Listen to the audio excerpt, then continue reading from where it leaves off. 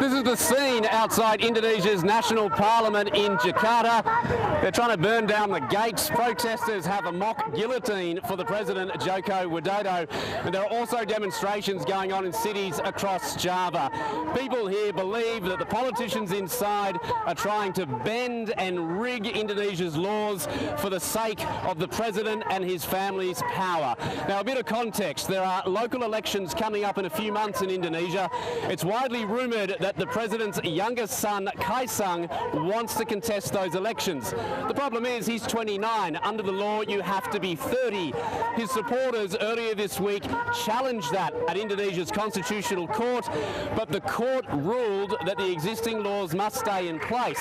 The court also made another ruling which would pave the way for a high-profile critic of President Joko Widodo to more easily run for the key post, Governor of Jakarta.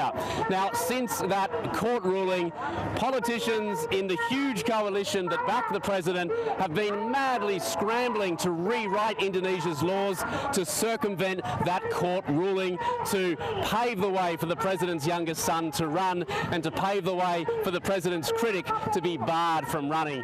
And protesters here, they're not having a bar of it. This is about the Indonesia falling apart again because the nepotism, because the new rules leads to nepotism. The mess will continue